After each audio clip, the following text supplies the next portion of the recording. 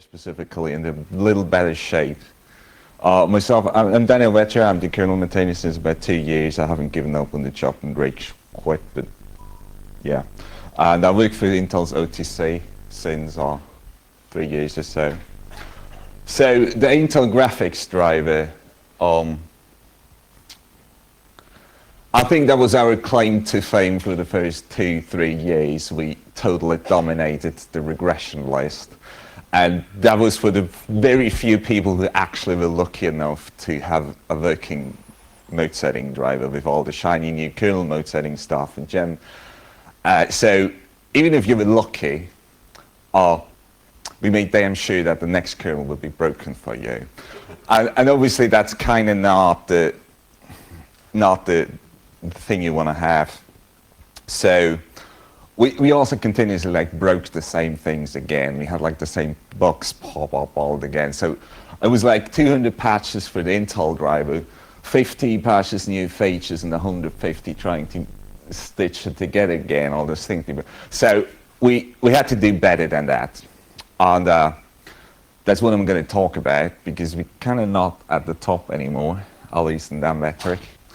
And the first thing we started with was have some test cases, at least. A little bit of more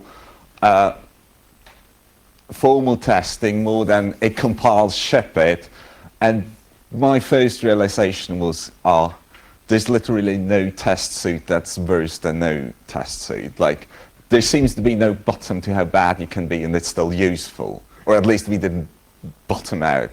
Because the first thing we had was a bunch of hacked together test applications used to design gen, and a few micro benchmarks hacked together with Automake's test runner infrastructure.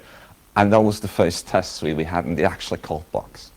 So with that, we kind of started and did a lot of other things too. So what I'm going to talk about today is first the kind of process changes we've done, don't ship it if it compiles. The next one is I'm going to talk a little bit about the test infrastructure that we reinvented, because every other wheel kind of didn't look too appeasing. And the third topic is talking about specific test techniques for testing kernel graphics drivers, because there's an awful lot of stuff that you traditionally you kind of need to have eyes looking at a screen to see whether it works correctly, because that kind of stuff, or also other interactions, kind of GPU-specific stuff, they actually tend to hang a lot, so you need to have a reliable reset and how you can test that. So pretty much one of the first things we've done is instate a rolling next branch, which worked essentially, for me, there's no merge window. I just merge patches all the time. And every 2 weeks, I attack it. I send that off to our QA department, actually wait for the test results, and then if they say it's not totally broken, I forward it upstream to Dave, to the DRM maintainer, and he integrates that. Except for the merge window, then I just stop. Well, one of the nice things is we actually used the QA's feedback, and it was not we got the QA bug report at the same time as Linus Torvalds was screaming at us. So that's a good improvement. The other thing was also there's no patch build-up. So because the thing is just rolling, the cutoff is out of my hands. So if managers come around and tell me, you really have to integrate that, I can just say, well, sorry, it's kind of gone already. And there's the 1 week delay for the QA, and the merge window happened. So that allowed me to put off a lot of pressure. So that's kind of the process changes we've done. The other thing was nowadays tests and testing is kind of integral to the development process. There was a lot of fodder for flame wars the past year, but essentially what I require now for patches to get merged is if you're adding a new interface, I want the full interface testing, all the corner cases, all the overflows, all the invalid flags, checking that all that testing is kind of done, which helps a lot for designing sane APIs. So we stop doing stupid things like not checking for flags and then user space, submitting random garbage in these additional spare fields, and so we can't actually use them. It's also often done as part of the review nowadays. So like if someone writes a patch and we kind of try to teach someone else about this topic, he's not going to just do the review, but also write some test cases, kind of as a learning experience. And the little thing is, I mean, there's kind of testing for the ridiculous bugs that we occasionally hit. And I mean, there's some people who believe in test-driven development, like write test cases first and then fix it. The problem with the kernel is there's such a combinatorial explosion of things that can go wrong. It's an eternal task.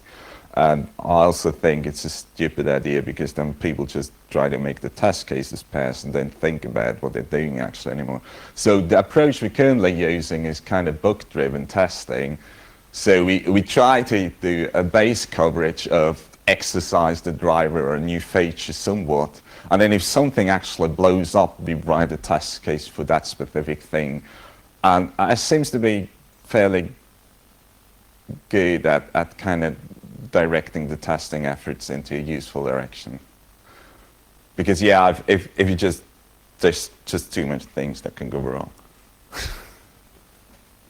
So it's much better to test what actually goes wrong in the real world. So that was kind of the process changes. We also had to like create a infrastructure stuff. Nowadays we use a Piglet as a test runner framework, which is something the Mesa guys started years ago, and it's extremely useful for them. It has two parts, Piglet. One is the actual OpenGL and OpenCL test case suite. We obviously don't use that. But there's the Python test runner. And that part is what we use. One reason for choosing Piglet, besides that everyone else in the open source graphics world kind of uses it, and it also has like test runner wrappers for all kinds of other things. The really old X-Test suite is a wrapper now, thanks to Eric Anholt. The Kronos GL-conform test suite can be run through that thing, so we kind of use that for everything. Well, when I looked around 2 years ago for potential test suite runners, they all kind of assumed that you're going to write new test cases and you don't have a pile of horrible C code that you want to reuse, just because we had that around.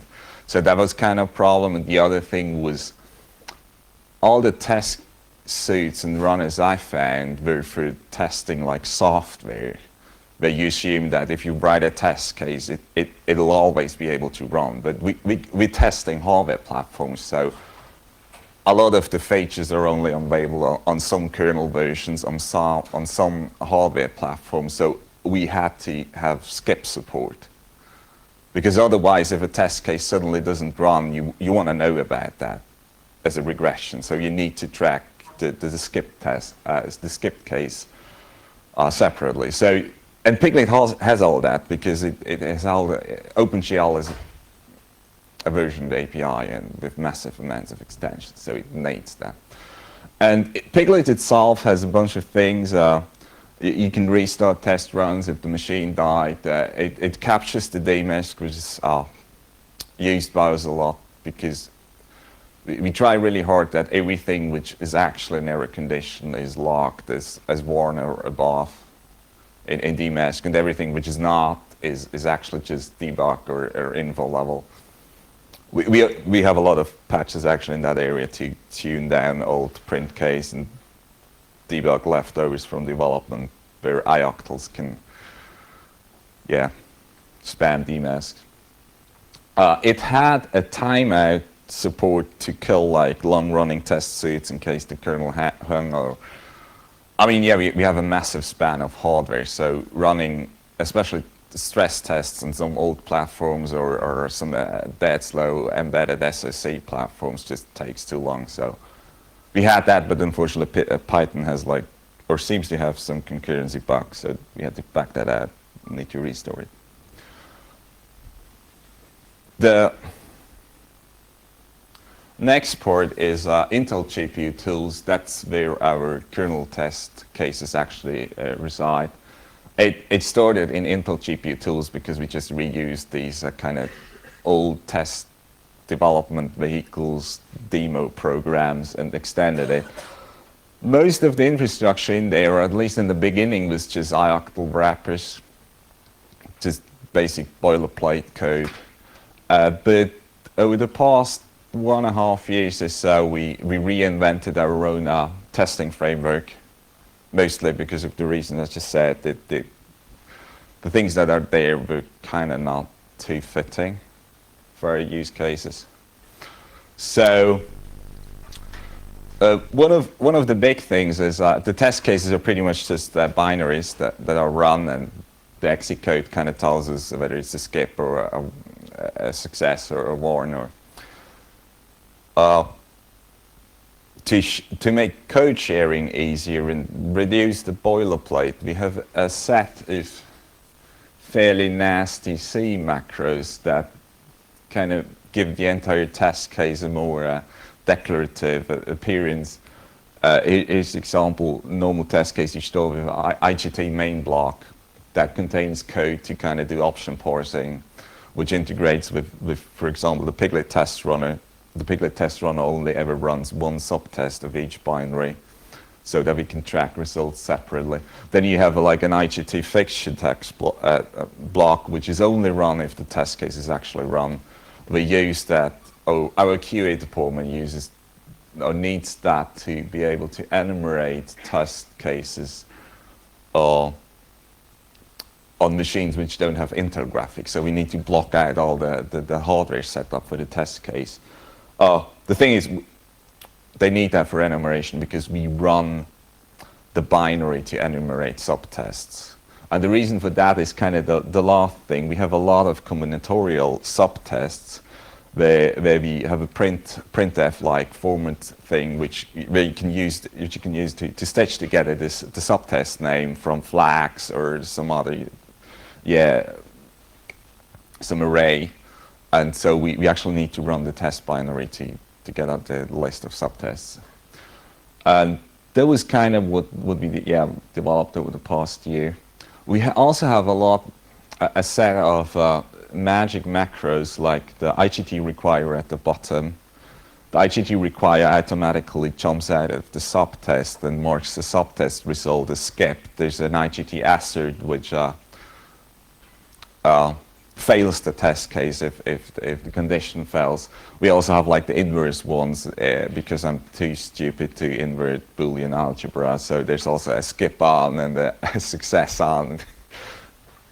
Yeah, I screwed it up too many times when refactoring all the test cases for that infrastructure.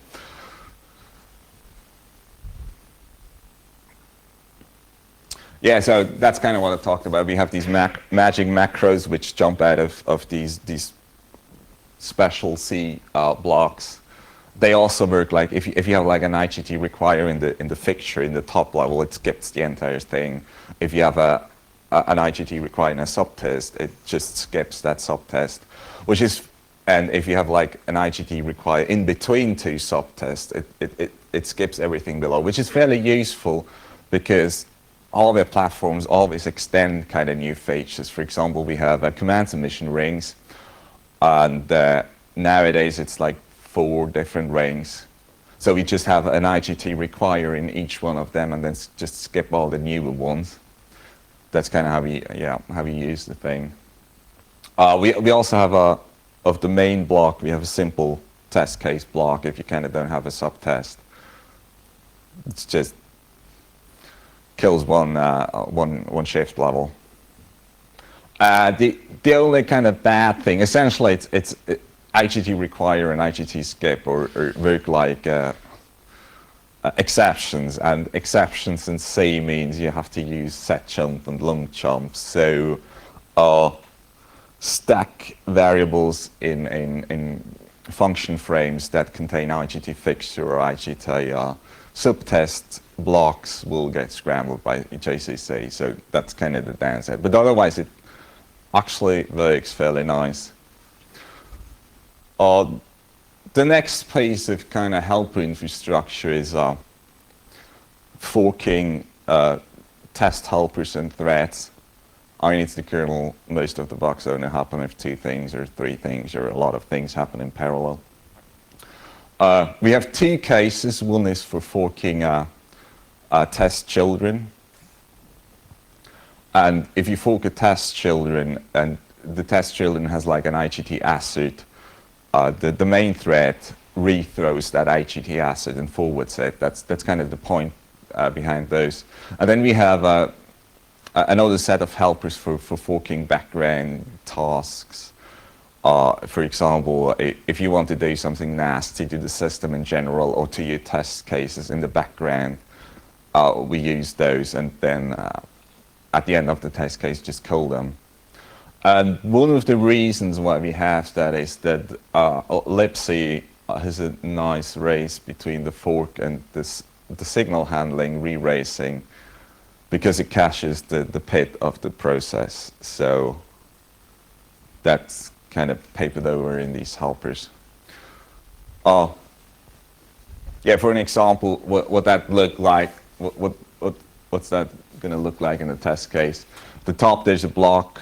Well, yeah, like I said, which you could use to do nasty things. For example, just trash a little bit of memory, and then IGT fork is the real test children thing, which kind of works like an OpenMP for loop. So you give it the number of processes to span, and yeah, it's like a for loop from child equals 0 until less than 8 in this example. And like I said, IGT asset gets forwarded, and then in the main thread you have to wait for all the children, and at the end also kill the helper. And the next thing which integrates with all that is exit handlers. Is it dot too much in there? Nice. I mean, with all these process helpers, we have a lot of debugfs interfaces in the kernel to kind of change the system. We want to undo that damage for the next test case, or if the test suite crashes or something. So we have exit handlers which are run with that exit libc infrastructure, and that when a signal happens or so. That's the reason why we stumbled over the fork versus race, because we use these signal handlers, and yeah, it works together with the fork helpers. So if you fork a subthread, that doesn't try to clean up the stuff from the main thread, but it will clean up all your helper processes if you forget to do that, or you crash trying to do that. And it's mostly used internally with special purpose helpers. Some of the testing techniques that I'll discuss later on, kind of to clean up internal state, so that the actual test case just says, do this special thing, and then forgets about it, and at the end everything will get magically cleaned up. Cleans up the source code quite a bit. And finally, there's a lot of boring boilerplate removal stuff. Just dealing with kernel mode setting is kind of boring. You have like 5 ioctals to get at the state, even just like figure out what kind of hardware is there. We have helpers to create a frame buffer according to what you wish, whether it needs to be tall, the size, and all that kind of stuff. Well, yeah. Also kind of help us trying to figure out the valid configuration. If you say, I want this connector on this pipe, figure it out somehow, or I want this pipe, and yeah, give me something that works. sysfs and debugfs access helpers, because everyone loves to invent in some place. Also, option parsing, mostly for the test suite, so that the Piglet test runner can say, please run this subtest, and that all kind of magically happens. Bunch of other things. So that's kind of what we have in user space. We also have added over the past 2 years a lot of infrastructure to the kernel for better testing and validation, and that's the mode set state tracker. I think I've presented about that a few times already. It essentially what it does is double check the hardware state with what the software believes it should be. And 2 years ago we had the output writing state, so checking whether the VGA connector is actually connected to the right pipe and here to say, or whether some mix-up happened there, which we've all kind of saying. And since this year, we also track like the entire pipe configuration state. So at what pixel depth your pipeline's running, whether it's 6 bits per pixel or 8, or that kind of stuff. All the clocks, all the special things like, for example, is an audio channel being routed over that pipeline for HDMI, things like that. All the internal clock setup is, or most of the internal clock setup is tracked nowadays. So, yeah, how do we kind of get there? I mean, the mode set state checker essentially has two components that we need anyway. We need to be able to read out the full hardware state that's left behind by the firmware or by the BIOS for fast boot so that we can seamlessly take over the hardware. We need to pre-compute the entire display state for atomic mode set, because one of the things, or the entire goal of atomic mode set is to figure out whether a new configuration is possible before touching the hardware, which currently we can't do. We're getting there. So with these two ingredients, we can get the entire hardware state and we can pre-compute the entire hardware state. If we use the same data structures for both things, we can just add a little bit of code to compare these two things, and that's essentially how the state tracker is implemented. So it's very little code. It's one function with like a pile of macros that just compare struct members essentially, with a few if conditions for special cases, and it's pretty impressive how much crap that thing catches. Like, I think since we added that 2 years ago, it uses a warm backtrace so that users actually notice that something went wrong and report the bug, because most often the screen kind of still works, the hardware kind of gets along, but we screwed something up someday. And since we added that thing, I think we're the top backtrace score point on Fedora ever. Like, always. So there's a lot of bugs, and we kind of constantly try to fix them. And then in the next release, we add a little bit more state tracking or a little bit more complexity, and then we again at the top spot for backtraces. But that caused a lot of kernel mode setting, corner cases and bugs and little things, because the amount of diversity is just astonishing, and you kind of can't test that, at least not with the resources we have. So that's kind of the in-kernel infrastructure. We have,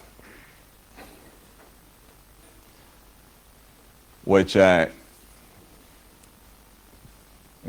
comes to the third part, kind of special testing techniques that we're using to bait on the graphics driver. The first thing is pretty much everywhere in graphics code, eventually in the kernel, you need to stall for the GPU to do something, because you run out of space and it's all active buffer objects and you need to evict something or so. And generally, you kind of want to make these waits interruptible, so that if the GPU hangs or something else is broken, users can actually kill the process. Which means you can actually use signals to test all your error paths. because really pretty much every single thing, every call chain in the kernel eventually ends up blocking on the GPU. So what we use extremely often is just fork a second helper thread, which constantly sends signals to the first one, and so constantly interrupts the kernel, and that's kind of how we use to test error path. At the beginning, we kind of did that just with X, because X uses signals a lot, and yeah, we then formalized that in our test cases. So nowadays, pretty much all the test cases which do something non-trivial have like two subtastes. Well, one's the normal one, and the other one is the one where we fork the signal helper to beat on the kernel a bit more badly. Another thing that we needed to kind of exercise the kernel fully is have a debugfs knob to disable pre-faulting, because gem's supposed to be fast, or at least the command submission part. So we have an entire cascade of 2, 3, 4, sometimes fallbacks pass with a fast path, which kind of assumes that everything is there already, nothing needs to be faulted in, and then an entire chain of fallback paths. And you can test that pretty easily by giving the kernel a pointer which you know doesn't have PTs yet, and we just do that by handing it one of our own buffer objects, because we know about the lifetimes of those and the page folding behavior. But the very first thing every gem IOCL does is like pre-fold the entire thing. So we have a debugfs knob to disable that, so that we can still reliably test all the slope path and the fallback of the slope path and the recovery. Especially the relocation code is extremely mad about that stuff, and we had some good bugs in there. Well, bugs of the kind where Linus Torvalds kind of hates me for it. So those I kind of want to avoid. Another thing which is fairly recent is display CRCs checksums. The Harvey has I guess the Harvey guys use that for validation and stuff. Has a massive pile of little checksum units that you can use to grab a checksum of an entire frame at different tap points. And we expose that through debugfs with a little bit of logic in the kernel. So you just tell the debugfs saying, I'd like to get CRC checksums for this CRTC, for this pipeline, and it figures that out. The problem with that is, or why we kind of need quite a lot of kernel logic, is it's interrupt driven, so it needs to be in the kernel. And depending upon output configuration, you need to select different tap points. For example, on Bay Trail, with DisplayPort, you need to select the DisplayPort tap point, because the normal pipe tap point is kind of disabled. And another thing we need to do there, if you like use DisplayPort tap points, DisplayPort does scramble the output signal to avoid interference. So we set a debug option in the registry in DisplayPort output to disable that scrambling, kind of drive DisplayPort in a non-standard way, just so that we have stable frame checksums, restart the scrambler every frame. So essentially, it's supported on all outputs and platforms on every generation we've ever seen. Writing test cases with that thing is a bit of a challenge, because you can't actually, I mean, in GL, for example, you render something and then you read back the pixel and check whether it's red or green. You can't do that with CRCs. The only thing you get is like this, the checksum of the entire frame. So the only thing you can do is create a frame, grab a CRC, create another frame, and compare the two frames. So either they're equal or they're not. So have you used that for testing? For example, you make the entire screen white, and then you render a black cursor, and then you move it 1 pixel in, If the CRC checks some changes, then you know the cursor is being displayed. And if it doesn't change, you know the kernel has an off by 1 error and cuts the cursor 1 pixel or too early off. And that's actually a bug we had. Or we also want to use that for sprites, for video display, kind of to check whether we position them correctly. You can draw the entire background frame in a color and then stamp out like a hole in black and then put the video frame in the same color on top of it. And if that's still the same CRC, then you know the color is still the same and it falls perfectly out. And then you can, to check positioning precisely, you can move it 1 pixel up or down or left. And if it doesn't change, you know something with the scaling or so is screwed up. So that's what we're currently writing test cases for, and it essentially allows us to test the entire KMS API with cursor placement, frame buffer pixel layout, offsets, and all that stuff. All areas where we had nasty bugs.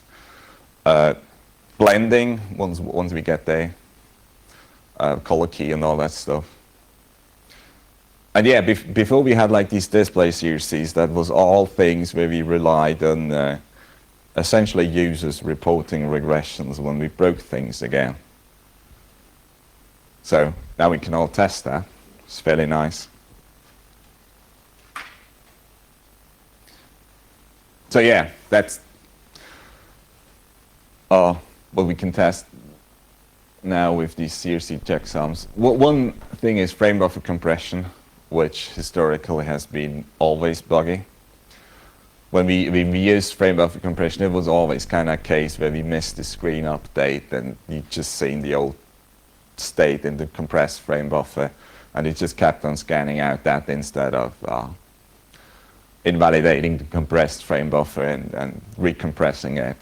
So now we have a nice test case and we actually have proof that it's still broken. The same as especially with these high-res display panels, frame buffer compression actually isn't too good with saving memory bandwidth and that kind of stuff. So most panels, especially for mobile platforms, have like an onboard frame buffer, and you only upload a new frame when something actually changed, and otherwise the panel just scans out from its own frame buffer. There's the same problem if you miss like a screen update, your cursor's never ever going to move. So we have test cases for that now, and again, it's kind of broken. And like I said, placement of cursors, planes, sprites, all that stuff, rotation and mirroring, that's all things that we can now fully test in an automated way. So, makes me really happy as a maintainer. The other thing which I think is fairly interesting is the GPU hangman. Something which we actually have since 2 years now. It works by essentially stopping command submission to hardware. So we still do all the processing, we relocate all the buffers, we fill in the ring buffer, but we don't tell the hardware that something changed. Which means it looks like a GPU hang, but it's not actually a GPU hang, which has the upside that there's a much higher chance that your system actually survives the reset that will follow. And at the beginning, GPU reset kind of worked occasionally if you were lucky. But thanks to the GPU hangman, we fixed countless of bugs. And nowadays we also have a lot of, I mean, at the beginning we just had like the basic test case. Submit something to the hardware with the GPU hangman activated, wait until the kernel noticed that the hardware didn't do anything, resets the GPU, and that crashed boxes, and we had deadlocks or locking issues in general, things that wasn't properly reset. Nowadays we actually have like GPU hangs versus something else. For example, we noticed that if you have a GPU hang and a pending page flip, we actually deadlock. So we have a test case for that now, and the deadlock is always not fixed. Then we notice, okay, if you have a GPU hang and a page flip and the mode set pending, then we deadlock again. So we have a test case for that, and fix the bug in the kernel. And then the next thing was like GPU hang versus suspend resume. Again, there was some deadlock in there, and we didn't clean up things properly.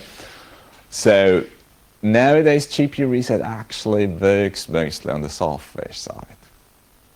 And I mean, GPUs are extremely hang-happy pieces of hardware. So having reliable GPU reset support is really important for a somewhat decent user experience. So that helped a lot. Nowadays, I mean, people, if you wouldn't yell like crazy into DMesh to please report this and supply the error state that we dump, I don't think people would actually notice that it hangs. So, what's kind of planned for the future?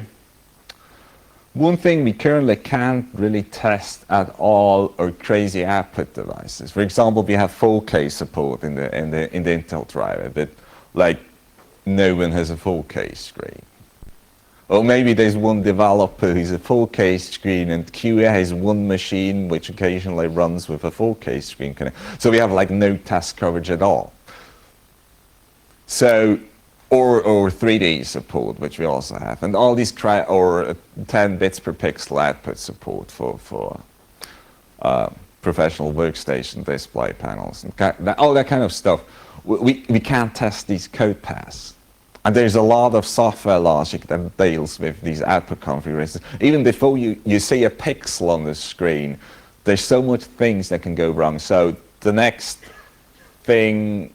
goal for testing techniques for me is I want to be able to inject arbitrary output configurations, EDIDs, and kind of fake all the thing which is outside of the connector so that we can test a 4K support, insane edit, EDIDs. The EDID portion could be tested like that by injecting, slightly corrupted things. All the special pipe configuration stuff that we need to do for special displays. And most of the outputs we have are fully dumb pipelines. So VGA obviously doesn't have a back channel, HDMI doesn't have a back channel. DisplayPort has one, so that will require a bit more work to really fake an output, a DisplayPort sync. So that's probably going to be the second step. But yeah, that will allow us to test an entire new class of bugs in a fully automated way. There's also multi-display panel support is a very big topic here. Since Ivy Bridge, we have like 3 pipe support, and it kind of doesn't work mostly. Or at least we're really good at breaking it because it's a pain to test with 3 displays. So one of the goals here is also to just inject 3 displays that are suitable for multi-pipe. For multi-pipe configurations, just test whether it still works. So that's kind of the testing technique front, the next big thing. The other thing, more on the infrastructure, dealing with a kernel mode setting interface is still a real pain. There's an awful lot of boilerplate code that we have duplicated. Selecting like the output configuration that you actually want is, requires tons of stupid boilerplate code. So I hope we can come up with a better helpful library interface there to make writing test cases simpler and easier. Probably in combination with the output injection, framework stuff, so that we can say, I'd like to have 3 displays with that, just make it happen somehow. I don't care how. Whether you inject or whether you select real displays. And the last thing is kind of pipe dream of mine. I mean, all this testing here is pretty much Intel only. And none of the other DRAM drivers kind of have even the glimpse of a automated test suite. There's a bunch of tools and things you can use to exercise features, but that's all done by developers occasionally as kind of, I actually booted it and not just compile it. So I'd love to see other people join in on the effort. I mean, the entire infrastructure, I think, is mostly Intel agnostic, besides that the IGT, the I in IGT is obviously standing for Intel. But yeah, it looks like other driver teams kind of don't have the manpower to actually make it happen, unfortunately.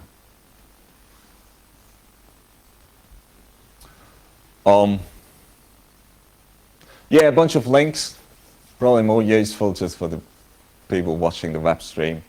The Intel GPU tools repository, the Piglet thing. There's a README in IGT which explains how to stitch all this stuff together. And two blog posts from me. One is kind of the overview of the IGT infrastructure, which also has links to getting started, how-tos and stuff. The second one is kind of what I expect for test cases, test case coverage for i9-15 patches. For those who care.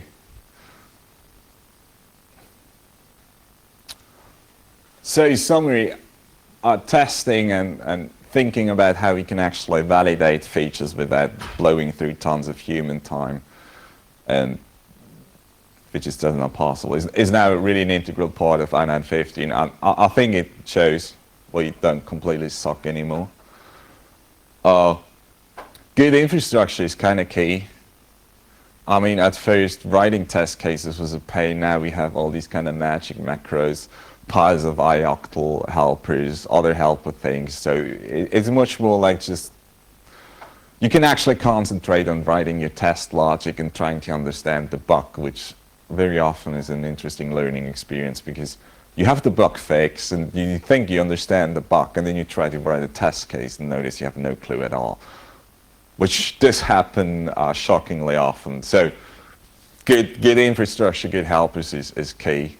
Locally, we can also, if you're using Piglet, we can like reuse quite a lot from the bigger graphics community. And for testing kernel graphics driver, I think the big concern currently and ongoing to the future is coming up with testing techniques to actually like provoke bugs, run through the code paths that you want to test. Because a lot, via hardware drivers, a lot of the stuff is just goes out there and disappears. And we kind of need to create a feedback path to, yeah, make it possible to, like for example, the display CRCs, or the GPU hang, man. How can we hang or fake a GPU hang without killing the entire box, and that kind of stuff. So, questions?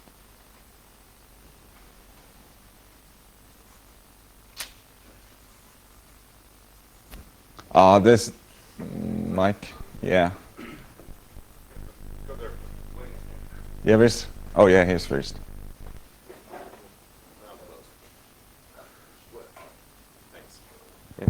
Yeah, no, it does. You mentioned GPU hangs, and obviously resetting your GPU is great as a workaround, but the golden target is to avoid the GPU hang in the first place, right? Well, when possible. Yeah. Well, the thing is,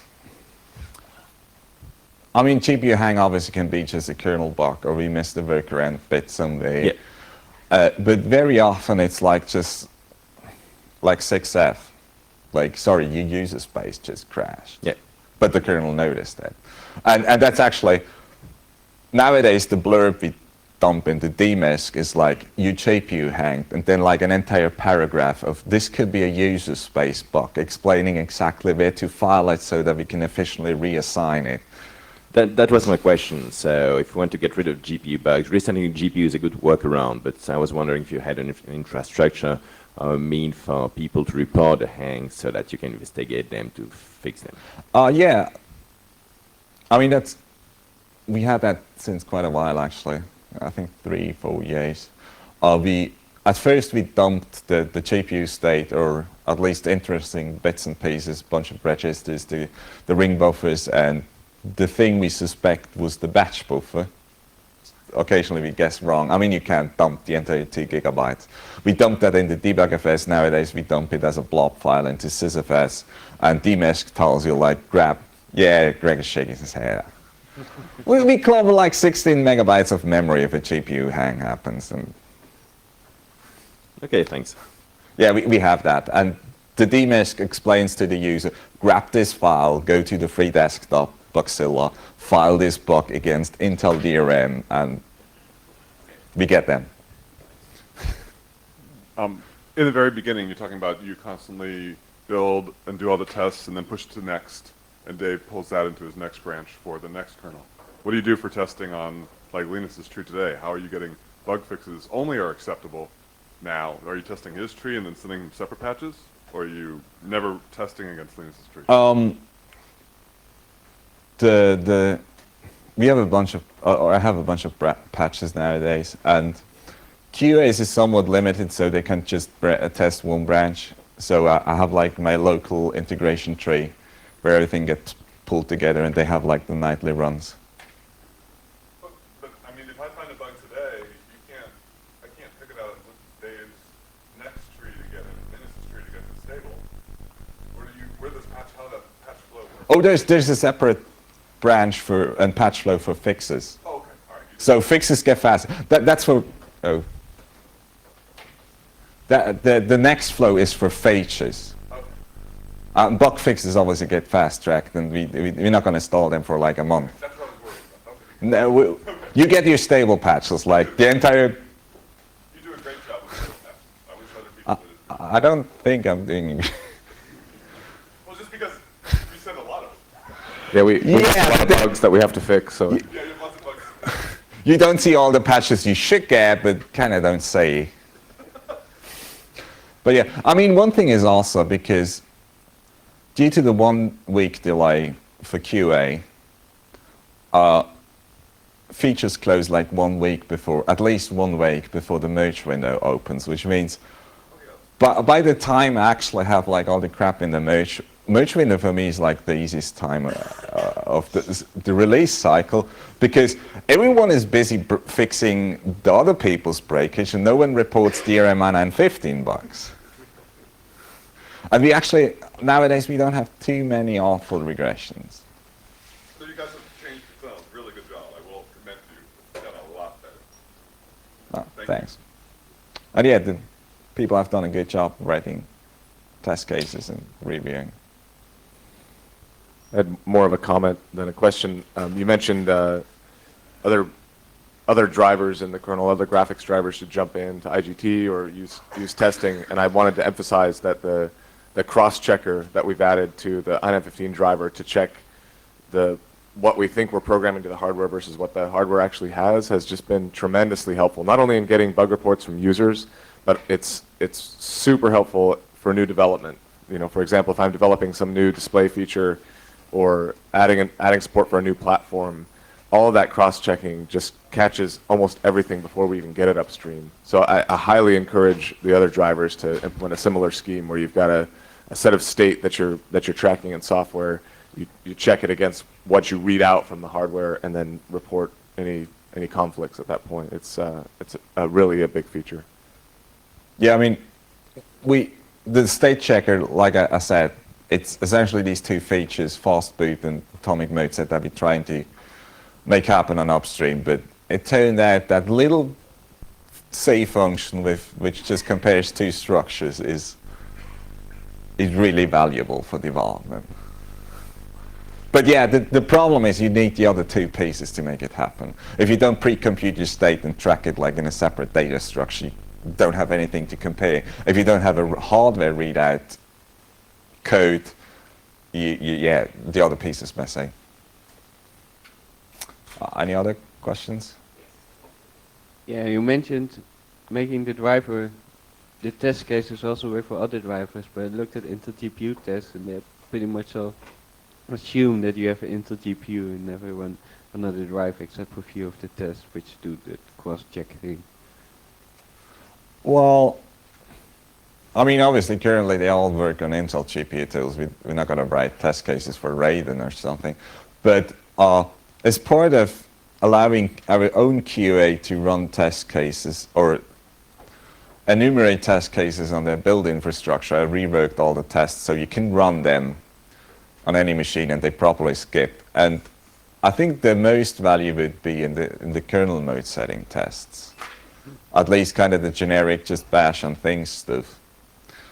And I heard that Raiden has CRC registers too, so I guess they could expose that and we could add a little shim library to like create frame buffers and grab CRCs, and then we could share these tests. Yeah.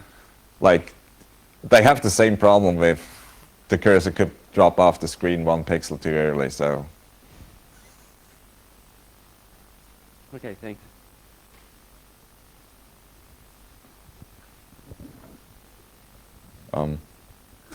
Questions? Okay. It's okay. We have time. Oh, wait. Yeah, Radeon is basically hitchhiking on the QA infrastructure of the closed source driver. So we have CSU registers as well. That's correct, but we basically can't publish them and just get test results internally. That's the only problem with that. I mean, I didn't tell that story, but getting permission to expose the CSU registers was a long fight with the hallway guys. I can understand it very good. Yeah. I mean, the thing is the actual where's my I think the hallway guys mostly use it with, I mean, they have like the actual CRC model with the coefficients, so they can actually check whether 1 pixel is accurate. The only thing we are allowed to do is like compare 2 frames for equal or not equal. So they didn't allow us to expose the CRC in the details. Just like, here's the register. And that's also how we expose it through debugfs. It's, I think, 5 dwords, because that's the most any platform ever dumps. Yeah, usually it's less. It's kind of strangely split. So, yeah, but it was a long fight to get these CRCs into upstream code.